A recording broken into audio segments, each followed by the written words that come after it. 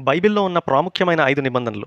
నిబంధన అంటే దేవుడు మనుషులతో చేసిన ఒప్పందం. అయితే కొన్ని నిబంధనలు కండిషనల్ షరతులతో కూడినవి. కొన్ని నిబంధనలు అన్‌కండిషనల్ షరతులు లేనివి. నంబర్ 1 దేవుడు నోవహుతో చేసిన నిబంధన. నోవహు రోజుల్లో భూమి మీద పాపము, దుష్టత్వము విస్తరించినప్పుడు దేవుడు ఈ భూమి మీద సమస్తాన్ని నాశనం చేయడానికి జలప్రళయాన్ని రప్పించాడు. అయితే అటువంటి జలప్రళయం మరెన్నడూ నేను రప్పించనని దేవుడు నోవహుతో ఒక నిబంధన చేశాడు. ఈ నిబంధన షరతులు లేనిది. అంటే ఈ వాగ్దానం నెరవేరడానికి నోవహు కానీ, ఆయన పిల్లలు కానీ ఏమీ చేయవలసిన అవసరం లేదు. నంబర్ 2 దేవుడు అబ్రహాంతో చేసిన నిబంధన. ఈ నిబంధనలో దేవుడు 3 వాగ్దానాలు ఇచ్చాడు. 1 అబ్రహామును ఒక గొప్ప జనాంగంగా చేస్తానన్నాడు. 2 అబ్రహాము సంతానానికి ఒక వాగ్దాన భూమిని ఇస్తానన్నాడు. 3 అబ్రహాము ద్వారా భూమి మీద ఉన్న సకల జనులను ఆయన ఆశీర్వదిస్తానన్నాడు.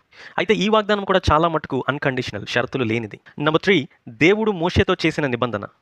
ఇశ్రాయేలీలు దేవునికి విధేయులుగా ఉంటే వారు ఆయనకి ఎన్నుకున్న ప్రజలుగా, అలాగే దేవునికి విలువైన ఆస్తిగా ఉంటారని దేవుడు మోషేతో నిబంధన చేశాడు. ఈ నిబంధన కండిషనల్ అంటే షరతులతో కూడుకున్నది. నంబర్ 4 దేవుడు దావీదుతో చేసిన నిబంధన. ఈ నిబంధనలో ప్రాముఖ్యంగా దేవుడు 3 వాగ్దానాలు ఇచ్చాడు. 1 ఇశ్రాయేలీయులకి వాగ్దాన భూమిని ఇస్తానని దేవుడు మరొకసారి జ్ఞాపకం చేశాడు.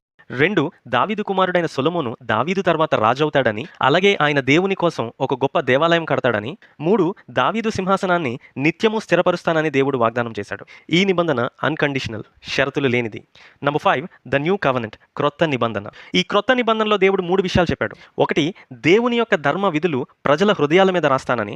2 ఆయన తన ప్రజలకు దేవుడై ఉంటానని, ఆ ప్రజలు ఆయనకి జనులుగా ఉంటారని. 3 ఆయన తన ప్రజల పాపాలను క్షమించి మరెన్నటికీ వాటిని జ్ఞాపకం చేసుకోనని ఆయన వాగ్దానం చేశాడు. పాత నిబంధన రాతి పలకల మీద రాయబడితే క్రొత్త నిబంధన మన హృదయాల మీద రాయబడింది.